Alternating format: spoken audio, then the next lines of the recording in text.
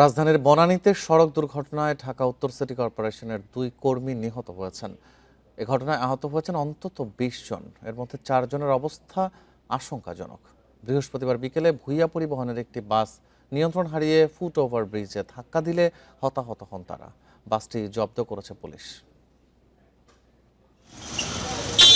বৃহস্পতিবার বিকেল 4টা রাজধানীর মহাখালী থেকে গাজীপুরগামী ভূঁইয়া পরিবহনের একটি বাস নিয়ন্ত্রণ হারিয়ে বনানী সেতু ভবন সংলগ্ন ফুটওভার ব্রিজের পিলারে ধাক্কা দেয়।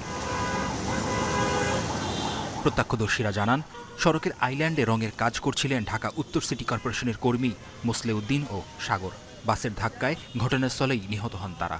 একজন সিটে পড়ছে, মাথা ফাটি গেছে, আর যে কজন ছিল মহিলা একা টাইনি বাইর করতে আর দেখি 2 জন গাড়ির তলে। হঠাৎ করে একদম ব্রেক ফেল করে একদম এই যে ফুটওভার ব্রিজের পিলারে এসে আঘাত করে। সিটি কর্পোরেশনের শ্রমিক ছিল, তারা এই ফুটওভার ব্রিজের নিচেই কাজ করতেছিল।